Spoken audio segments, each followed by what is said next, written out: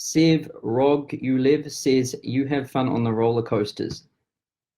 Yeah, that one I was on, there was only like one roller coaster there, which was pretty fun. What I was trying to figure out is how could you, like it's an interesting optimization problem. Yesterday I was at Disneyland with my wife, um, and you've got a lot of people coming into this place, and you've got like a lot of different rides, and these rides have different capacities. And then, so if you think about it, you've got, let's say, 20 rides. Each ride can have, let's say, 50 people on it. So that's the total capacity of rides.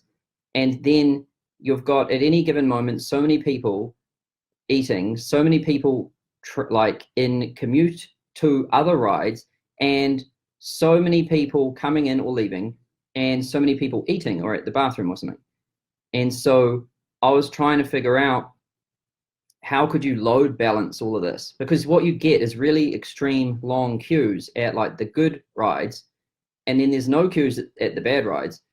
And it seems just there has to be a better way to solve that.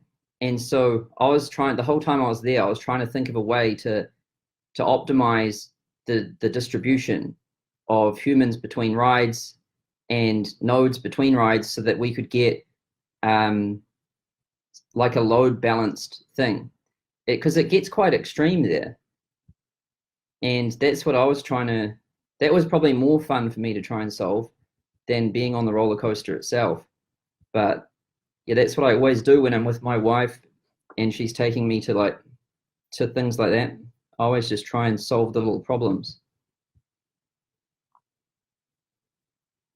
And the best thing I came up with was, if when everybody came into the theme park, they could choose their top 3 rides that they absolutely wanted to go on in order from 1 down to 3, and then the other rides they wanted to go on, and how long they were going to be in the park for, and whether they wanted to eat or not.